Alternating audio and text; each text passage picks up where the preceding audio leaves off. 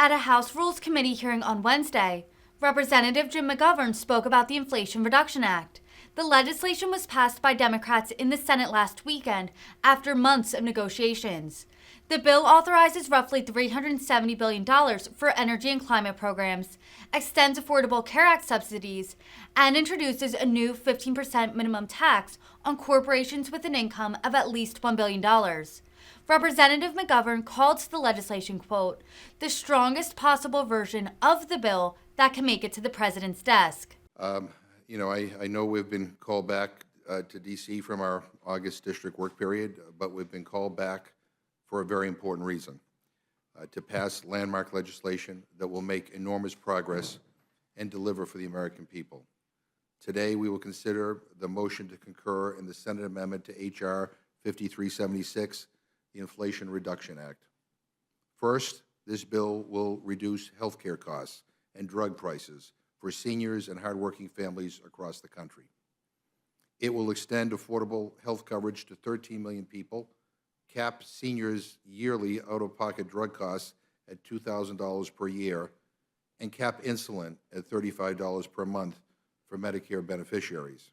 I wish we could have done that for everybody, but some of our friends in the Senate decided to frustrate that effort, unfortunately. It takes on Big Pharma by, for the first time ever, allowing Medicare to begin negotiating prices for a small group of drugs that will expand over time. Second, this bill will take historic action to address one of the biggest threats in our lifetime, the climate crisis. This bill will put us on a path to cutting carbon emissions by 40% by 2030, rapidly accelerating the adoption of renewable energy technologies and creating millions of good jobs. This bill will slash consumers' energy costs, saving the average family $1,025 a year. It provides cheaper, cleaner energy and gives our planet a fighting chance. Third, the Inflation Reduction Act accomplishes these goals without raising taxes on small businesses and middle-class Americans, in line with President Biden's promise not to raise taxes on any family making less than $400,000 per year. Instead, the bill makes our tax code more fair by raising taxes on only the highest earners and closing tax loopholes on the most profitable corporations. And, just so everyone understands, analysts predict this bill could reduce the federal deficit by over $102 billion over the next decade. Others say $2 trillion over 20 years. Either way, we are saving money and lowering our country's national debt.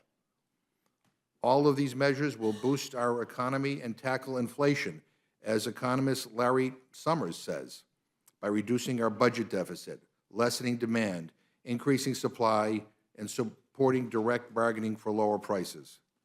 No bill is perfect. There are things I wish were still included in this final package. Closing the carried interest loophole, for example, or funding for housing or universal pre-K and nutrition programs.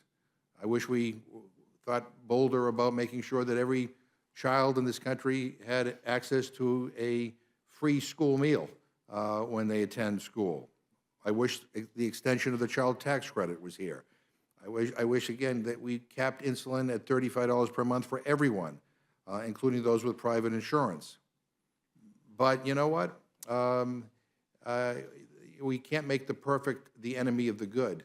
And this is a big, big deal.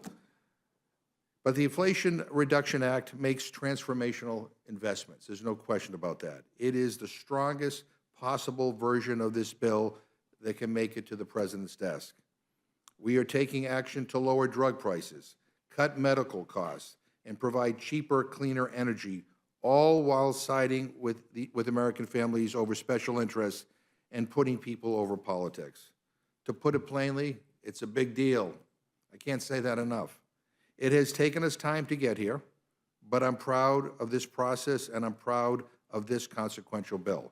And with that, I look forward to the discussion today, and I will turn it over